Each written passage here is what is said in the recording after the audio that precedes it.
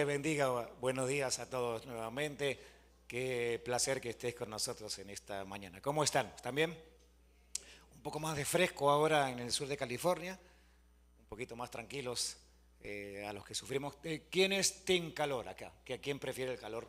Levante la mano. ¿Ustedes son de calor? Se equivocaron de estado entonces. Ustedes tienen que estar en Miami. ¿Y el resto es team frío? ¿A todo el resto le gusta el frío? ¿Quién prefiere montaña? Vacaciones, montaña, cabañas, barbecue, montaña. ¿Qué hay gente de montaña aquí? Levanten la mano. Pocos. ¿Y el resto, si ustedes son playa? ¿El resto son playa? Otro más que se equivocaron de estado. Acá estamos, acá el agua está fría. Gracias a Dios por ustedes. Y vamos a orar un segundito y vamos a abrir la palabra. Voy a orar lo siguiente, por ustedes y por mí. ¿Les parece? Cierren sus ojos ahí donde están, oramos juntos. Señor, en esta mañana abrimos tu palabra, pero necesitamos urgentemente que tú abras nuestra mente. Nosotros abrimos tu palabra, pero tú, Espíritu Santo, abre nuestro entendimiento, abre nuestra mente. No queremos salir de acá simplemente para rellenar un día más en el calendario de la semana y cumplir con el régimen eclesiástico. Queremos realmente aprender, queremos ser sensibles a lo que nos quieres hablar. En el nombre de Jesús oro y la iglesia entera me ayuda con un amén. En esta mañana quisiera continuar con la idea de lo que compartí con ustedes el domingo pasado. El domingo pasado hablé acerca de un Dios relacional, del Dios que te viene a buscar para tener una relación contigo. No del Dios necesariamente al que nosotros buscamos, por el hecho de que no tenemos la capacidad humana de hacerlo. No tenemos nada nosotros que podamos aportar a la relación con Dios, sino solamente nuestras faltas, nuestros pecados, nuestro quebranto. Realmente lo que traemos a Dios en nuestra relación son problemas. Es una humanidad caída y todos somos parte de ella, sin excepción alguna. Todos tenemos y luchamos con lo que llamamos el pecado original, la consecuencia de la famosa caída en Génesis. Cuando hablamos de la primera creación, esto quiere decir de Adán y Eva. Así que en la relación con Dios, inicialmente nosotros aportamos nada, aportamos vacío, soledad, tristeza, quebranto y todo lo que el mundo hace con los corazones de los seres humanos. Así que entendimos que Dios es un Dios que inicia la relación. Es un Dios que se sienta con nosotros a llamarnos a nosotros, a platicar con nosotros. Un Dios que inicia la conversación. Jesús lo diría así: ustedes no me buscaron a mí, yo los busqué a ustedes. El Evangelio de Juan es claro al enseñarte que Él es quien vino a buscarte. Y esto podríamos seguir ampliando mucho más el tema, pero exactamente no viene al caso. Porque lo que sí viene al caso es qué es lo que sucede después en la vida del creyente cuando entiende que Dios es un Dios que lo está buscando para una relación. Una de las herramientas, disciplinas espirituales más comunes que se nos enseñan a todos los creyentes, que no es patrimonio del cristiano solamente, es la oración. Digo que no es patrimonio del cristiano porque muchas otras religiones utilizan la oración como parte de comunicación. ¿Saben cuántas religiones hay en el mundo actualmente? 4.200, de las cuales 4 puntualmente son las más marcadas y todo el resto se ramifica. Estoy hablando de lo que te tiran los datos cuando lo buscas en la computadora. Sin embargo, no hablan de las sectas, que son obviamente, me refiero a religiones que no son registradas. Así que 4.200 religiones están registradas como un lugar donde te ofrecen, obviamente, comunicarte con lo espiritual, tener vida espiritual, tener una vida con un ser superior por lo menos. O tener una vida con ustedes mismos. Saben que hay una tendencia muy grande, muy fuerte, que inclusive se filtra en las iglesias sin darnos cuenta, que tiene mucho que ver con el trato del uno mismo, ¿no? Si yo estoy bien, que el ego se infle, eso se llama egocentrismo, ¿no? Ese es el famoso hedonismo: soy yo mi propio Dios. Si yo me siento bien, me importa un pepino lo que te pasa a ti. Mientras a mí me vaya bien, tú arréglate. ¿Verdad? Eso, aunque ustedes y yo nos riamos y nos asombremos, es una filosofía muy antigua. Eso viene desde hace muchísimo tiempo atrás, inclusive en tiempo contemporáneo a Jesús, o inclusive desde antes, si quiero entrar en detalle. La oración ¿Conocen lo que es la oración? Jesús enseñó acerca de eso, porque obviamente era un valor muy grande, sigue siendo un valor muy grande para el reino. ¿Cuándo enseña Jesús acerca de la oración? Cuando los discípulos le preguntan, ¿cómo vamos a hacer para orar? ¿Cómo oramos? ¿Cómo, de todo lo que aprendimos, o de lo que escuchamos, o de lo que la gente alrededor hace, qué es lo que yo debería hacer? Y entonces Jesús enseña lo que llamamos la oración modelo. Como ya saben, no es una oración para repetir como si fuera un perico o un pájaro o un loro, y no es un mantra. El Padre Nuestro no es un mantra, no es una oración que yo llevo guardada en una estampita y me protege de los males. Es un modelo de oración para tener pautas, para saber cómo comunicarme con un Dios que obviamente es mucho más grande de lo que mi mente se puede imaginar. ¿Me siguen la idea? Cuando yo era estudiante, hace mucho tiempo atrás,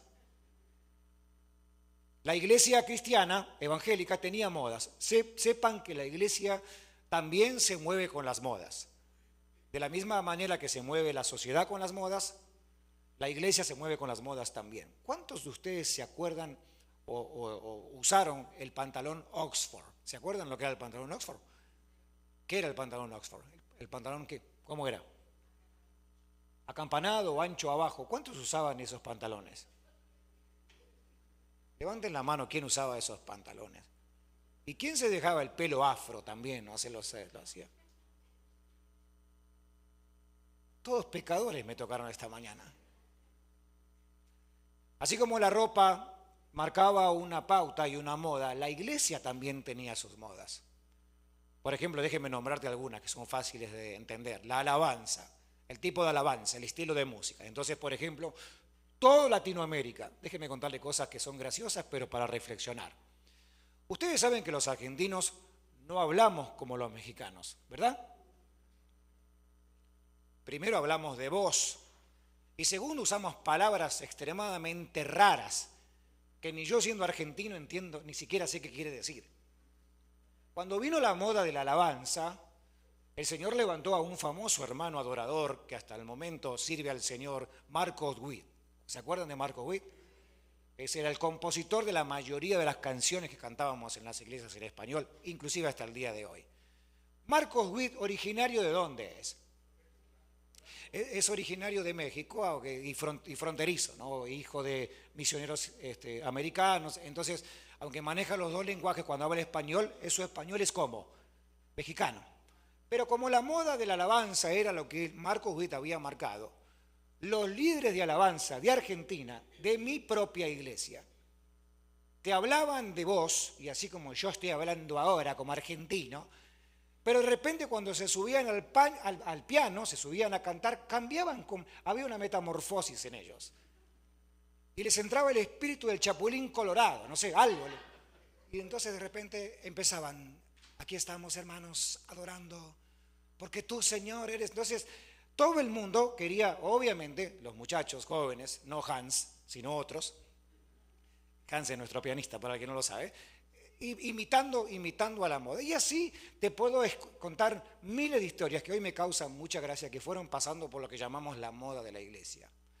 Resulta que entre toda esa revuelta de modas también apareció el tema de la oración.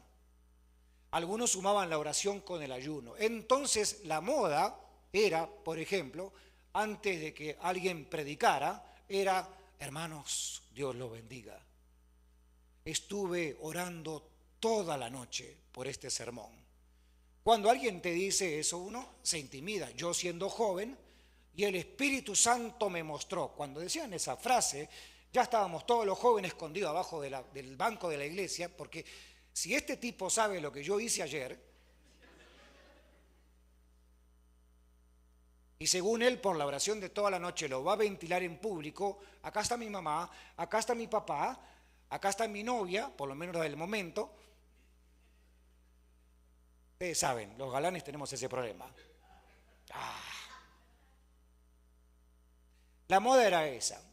Pero, insisto, cuando luego fui estudiante de seminario, la moda todavía seguía. Entonces esa moda, aunque digo, hoy me río, como toda moda que va pasando y uno se ríe, era intimidante, por la razón de que si ese era la barra a seguir, si ese era el modelo a seguir, si había que orar toda la noche y yo no oraba ni 5 minutos, y menos de noche, ¿cuándo yo iba a lograr ser tan santo y tener tanta discernimiento como ese predicador que había venido de visita a mi iglesia? ¿Cuándo yo iba a lograr lo que los escritores de estos libros de gran venta escribían para que los estudiantes de seminario leyéramos? ¿Cuándo yo iba a aprender esa disciplina? Nunca. Porque no coincidía conmigo, porque no era tan disciplinado, o porque simplemente se hizo de la moda de la oración un mismo Dios. Y en vez de quedarnos como con la riqueza de la oración, se nos puso como un Dios más a alcanzar. Entonces había que cantar como Marcos Witt, y había que orar como Gigi Ávila, y había que predicar como Carlos Anacondia, un evangelista de mi tiempo. Y entonces todo era como los ejemplos que yo te acabo de mencionar. ¿Dónde estaba Cristo en todos esos ejemplos? En ningún lado. Lo que había era una modalidad, una forma. Quiero seguir hablando de esto porque me interesa hacer la introducción un poquito más larga. Noten lo siguiente. La escuela de la oración, por lo menos en mi tiempo, era tan fuerte y tan mal interpretada que considerábamos que en la lista de cosas que te hacían falta también te hacía falta oración. Déjeme poner un ejemplo. A alguien estaba enfermo o las cosas en el matrimonio le iban mal. Entonces lo primero que hacían las hermanas consejeras de la congregación era decirte que lo que te faltaba era ¿qué? Te va mal porque te falta oración. No estás alcanzando lo que Dios quiere para ti porque te falta.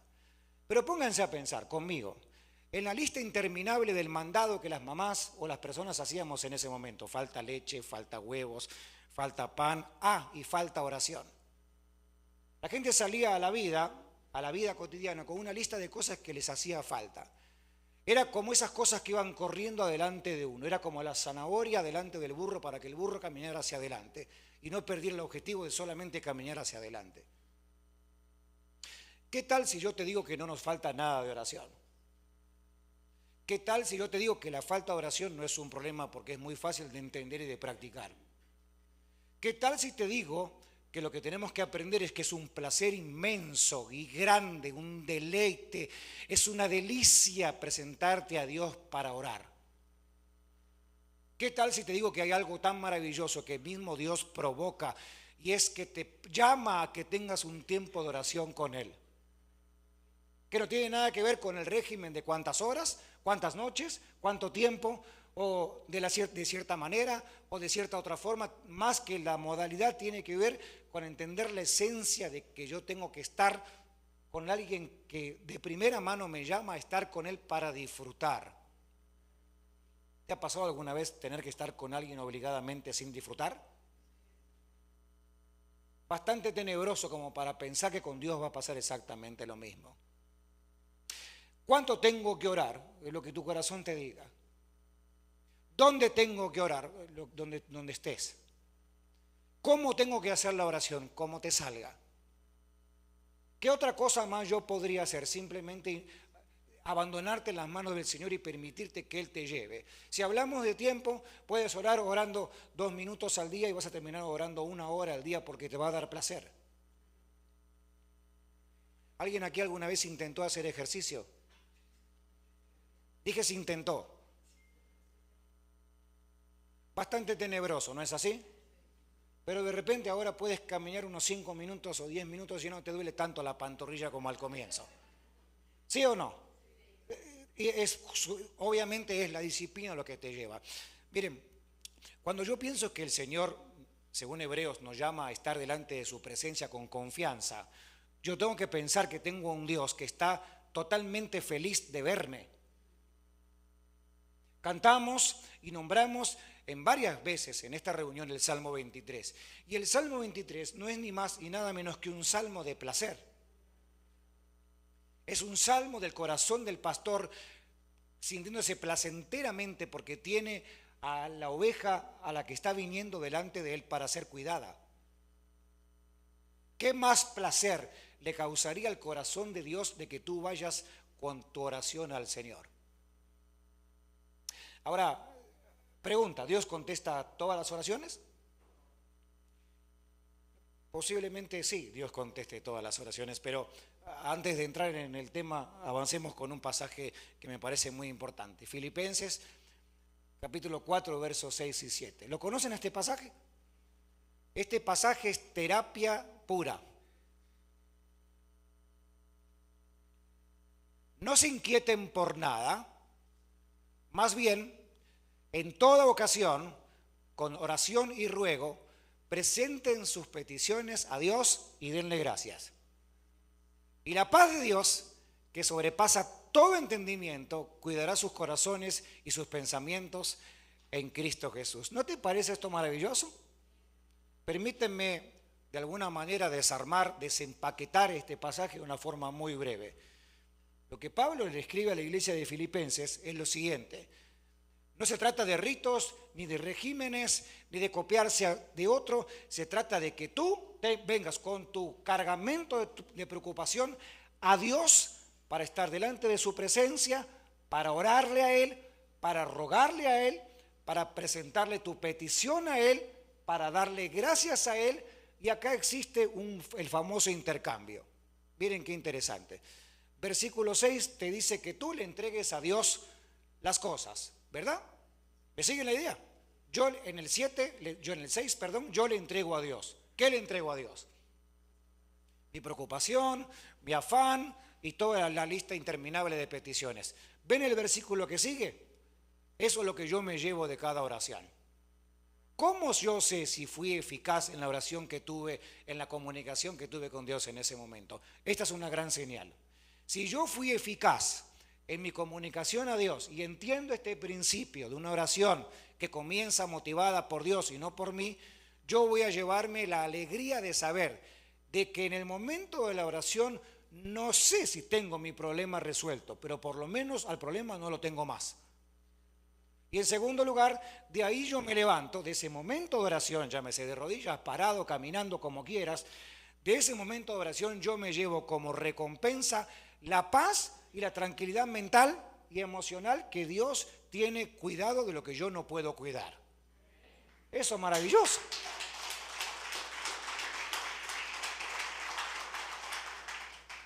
Dios escucha todas las oraciones. Parece que sí, Dios escucha. A quien dijo que no, lo bendigo y lo entiendo, porque también todos pensamos que sí, que no y que no sé. Es más, podemos contestar las tres cosas. A mi pregunta pueden ustedes contestar las tres cosas: sí, no o no sé.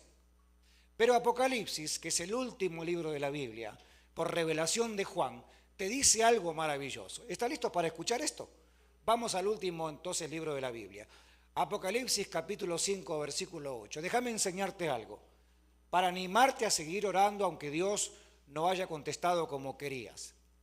Dice lo siguiente: cuando lo tomó, los 4 seres vivientes y los 24 ancianos se postraron delante del Cordero. Esto habla obviamente de la gran revelación del Hijo de Dios como el Cordero que arranca y quita el pecado del mundo. Dice, cada uno tenía un arpa y copas de oro llenas de incienso, que son, lean fuerte conmigo, que son las oraciones del pueblo de Dios. Apocalipsis te da una idea de que delante de la presencia de Dios, en este caso simbólicamente guardado adentro de una copa de oro, están todas las oraciones que todo el pueblo de cada etapa, de cada historia y de cada siglo, de Cristo hasta acá, e inclusive por todas las generaciones, lo que quiero decir, están escondidas, guardadas en esa copa delante de la presencia de Dios. Ahora, claro, yo no puedo asegurarte de que cada oración que está escondida en esa copa de oro que ve por revelación Juan hayan sido todas oraciones contestadas, o por lo menos contestadas como la persona querías que la conteste. Y acá está el asunto, lo siguiente: creo que la mayor frustración de los creyentes, a los que nos enseñan a orar, o a los que nos motivan a orar, creo que el desgano y la desmotivación justamente ocurre en este pequeño clic que estoy tratando de mencionar, y es cuando las oraciones no son contestadas. Porque cuando estoy orando, ahora que entendí que tengo que hacerlo y que es algo que Dios me motiva a hacer y que es algo que a Dios le da placer escucharme a mí orar, creo que ahora comienza ese juego de voluntades sobre lo que yo quiero que suceda y sobre lo que Dios debería hacer porque yo se lo pido. ¿Me siguen la idea? Hace un tiempo atrás, hablando de cantantes famosos, una cantante famosa, muy famosa en el ámbito cristiano, hizo una oración por otro cantante que ya está en la eternidad, que estaba sufriendo un cáncer terminal.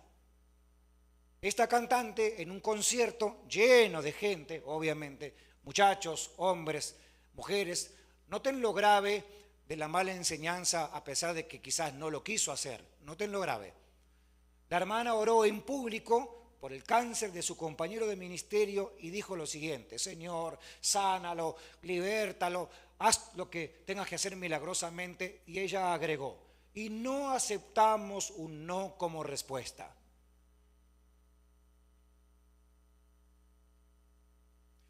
No estoy haciendo un juicio de valores.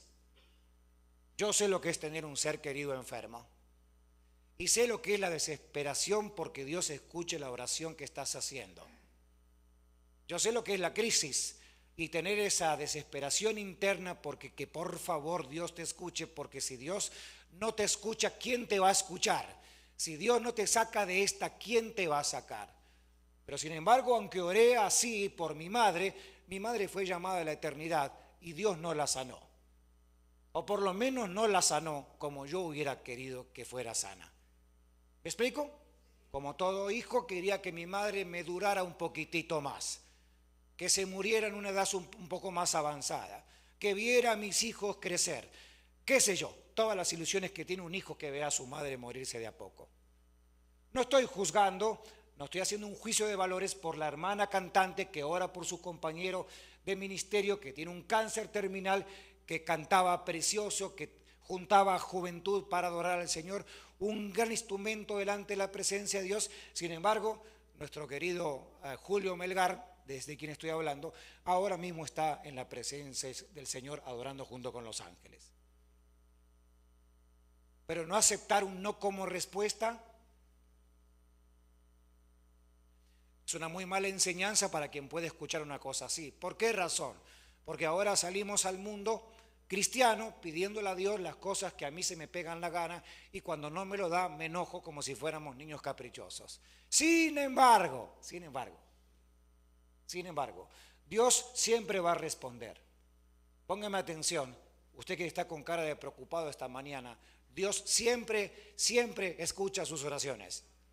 Y Dios siempre responde. ¿Cómo te va a responder? Te va a responder como un padre a su hijo. Te va a responder como un padre a su hijo. ¿Cómo te va a responder?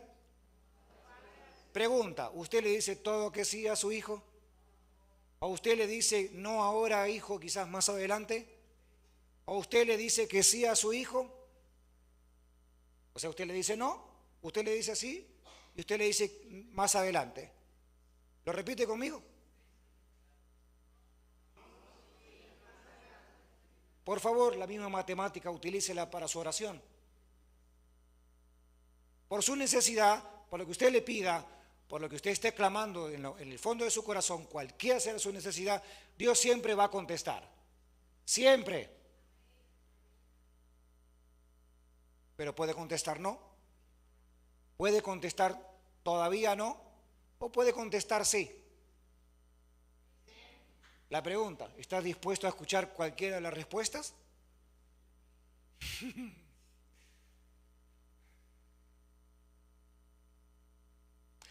Las modas en las iglesias son muchas. Las respeto a todas, no las comparto a todas.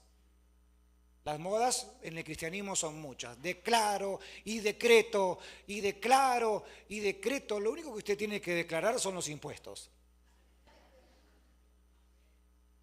Y tomo y declaro y mando ángeles y decreto. Y la pregunta mía es, ¿y si Dios decidió que no lo va a hacer? Yo estoy declarando y decretando una cosa a la que Dios no está completamente de acuerdo en nada. Por lo tanto, El tonto termino siendo yo, que termino diciendo algo que Dios mismo no quería hacer. Uy, ustedes se desanimaron porque son de los que declaran y decretan. Vamos a la Biblia, por favor. Vamos a la Biblia. Primera de Juan, capítulo 5, versículo 14. Pregunta, ustedes que conocen igual que yo, ¿cuál es el libro de la Biblia más veloz?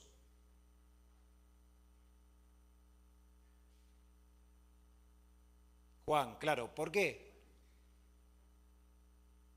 El libro más veloz de la Biblia es Juan, porque tiene primera, segunda y tercera. Qué chiste malo, Dios mío. Pero ustedes se quedaron pensando en el declaro y decreto. Entonces yo tenía que sacarlos de ahí para traerlos para acá. Ahí te va. ¿Está listo? Este texto ustedes tienen que sacarle una foto, pegárselo, hacer una camiseta, una playera que diga esto, porque esto es Biblia. Esta es la confianza que tenemos al acercarnos a Dios. Que si pedimos conforme a su voluntad,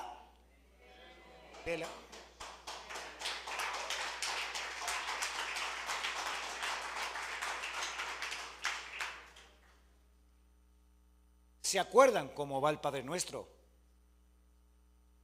¿Se acuerdan? Padre nuestro, santificado, hágase lo que yo quiero. Esa es la manera de orar correcta de todo creyente. Señor, que con esto, que aquí venga tu reino y que acá esto sea tu voluntad lo que se tenga que hacer. Porque definitivamente si quiero que algo se cumpla, más vale que tenga que ver con la voluntad de Dios. Y no se preocupe por explicar cosas que usted con su mente chiquita y yo con la mente más chiquita que la suya puedo explicar. No, Dios no ocupa que usted lo defienda. No hace falta argumentar de la decisión que Dios tomó acerca de él. No hace falta que yo argumente acerca de la partida de mi madre. Fue la voluntad de Dios. Fue la perfecta voluntad de Dios que mi madre descanse en su presencia. ¿Se entiende? ¿Doloroso? Claro. ¿Mi mente se va para cualquier lado? Por supuesto, es mi madre, no la suya. Imagínense cuánto me duele. Sin embargo, no puedo entrar en esa discusión terca, lo que yo llamo lucha de voluntades, cuando entiendo finalmente que Dios es soberano y que yo soy quien se somete a su voluntad y que su voluntad es perfecta, es agradable. Y aunque no le entienda, tiene esas dos cualidades, es perfecta y agradable, según Romanos capítulo 12, versículo 2. ¿Me siguen la idea? Entonces, lo asombroso de la oración, bíblicamente hablando, es decir, teológicamente hablando, es una experiencia fabulosa. Porque el Señor te deja saber que te escucha e inclusive te guía en tu oración, aunque no sepas qué es lo que tienes que pedir. Voy a un último pasaje y los chicos de la música vienen por acá. Romanos capítulo 8, versículo 26 al 27. Perdón, Romanos capítulo 8, verso 26 y 27. Yo quiero que ustedes pongan atención a esto. A mí me gusta mucho enseñar, porque creo que aprendiendo libramos las batallas, las mejores batallas las libramos aprendiendo. La verdad nos hace libres. Y entonces la verdad es la palabra de Dios. Y es nuestra herramienta fabulosa para la lucha espiritual. Estamos en una batalla continua espiritualmente hablando, ¿sí o no? ¿Entienden eso? Esto es una lucha continua, constante, continua. El diablo no descansa. ¿Lo saben? Solo basta ver lo que pasa en el mundo y te das cuenta que la cosa no está bien. Romanos 8 dice así: asimismo, en nuestra debilidad, el Espíritu acude a ayudarnos. No sabemos qué pedir, pero el Espíritu mismo intercede por nosotros con gemidos que no se pueden expresar con palabras. Y Dios, que examina los corazones, sabe cuál es la intención del Espíritu, porque el Espíritu intercede por los creyentes conforme a la voluntad de Dios. ¡Uy, qué pasaje!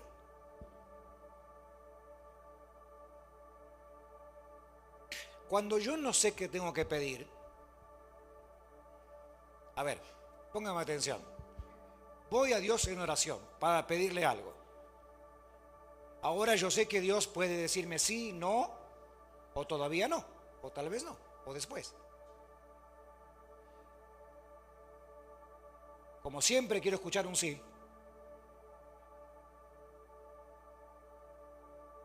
¿Alguien le gustaría invitarme a comer ahora a la salida? Mentirosos. Mentirosos.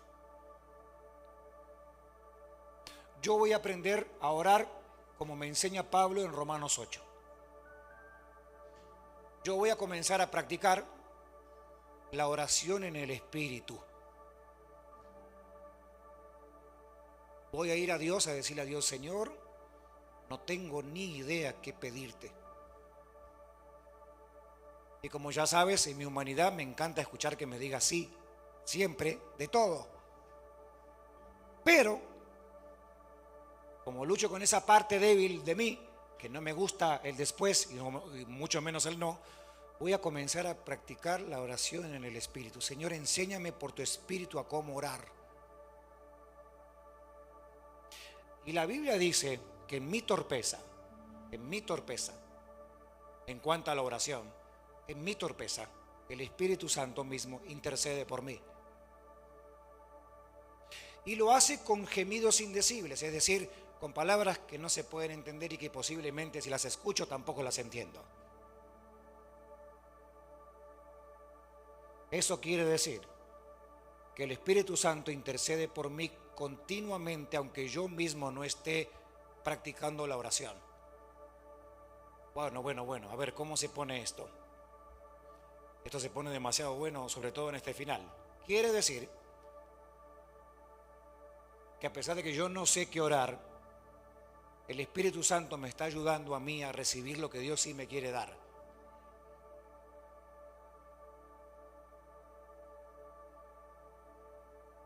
¿Alguna vez estuviste en algún lugar donde escuchaste o fuiste parte de una traducción? Por ejemplo, en nuestro caso, de español a inglés o de inglés a español. ¿Estuviste alguna vez? Los traductores que saben traducir de manera profesional, como tenemos una en esta mañana entre el grupo, no pueden tocar la esencia de lo que la persona va a decir, pero sí articulan las palabras de forma correcta para que la oración que se va a traducir tenga sentido. Eso es el Espíritu Santo. Agarra tu oración mal hecha, porque ¿quién sabe orar? ¿Qué dice Santiago? ¿Quién ora bien de aquí? Nadie, ¿no? No tengo ni noción que tengo que pedir. Pero Dios, porque inicia la relación de oración conmigo, Él es quien quiere hablar conmigo más de lo que yo quiero con Él. Agarra al Espíritu Santo, que es la tercera persona de la Trinidad, que nos ayuda a nosotros a traducir el mensaje que a veces desde acá damos de forma mala. ¿Se entendió lo del traductor? Ahora en casa ustedes comenten, oh, aprendimos algo, el Espíritu Santo me traduce, así que no aprendo inglés, total, Él lo hace.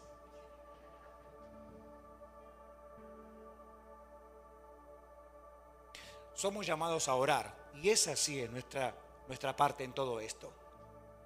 ¿Cómo oramos? Y ore como le salga. Ore como le salga. Pónganse en pie conmigo, por favor, porque vamos a practicar lo que aprendimos.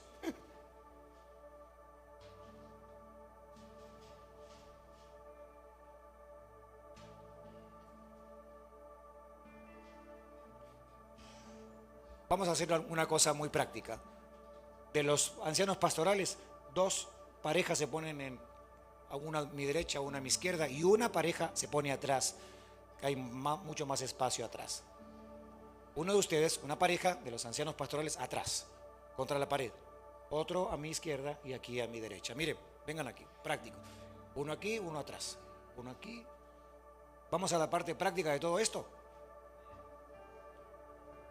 ¿Alguno de aquí tiene alguna necesidad, algún problema, alguna cosa grande que de repente quiere dejársela a Dios? Levanten la mano. ¿A quién le estoy predicando esta mañana? Están todos los santos. Levanten las dos manos, por favor. Levante el pie también si puede, si es necesario.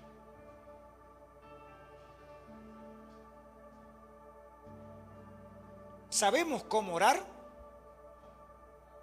Y los hermanos que están acá, hasta Karen contestó, los hermanos que están acá, ¿saben cómo orar? No tienen la menor idea, si ni te conocen. Pero pasa algo maravilloso cuando oramos juntos. Es que el Espíritu Santo intercede por nosotros.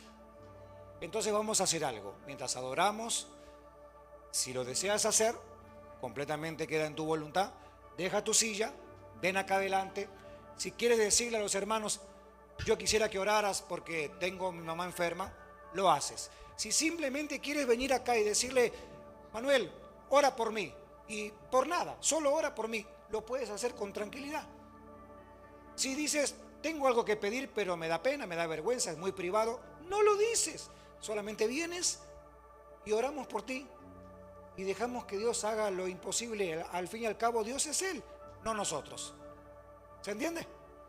Este lugar queda abierto, tenemos algunos minutos para disfrutar. Yo te animo a que te zambullas en esto que llamamos la oración del Espíritu. El tiempo de oración queda abierto para los que así lo deseen.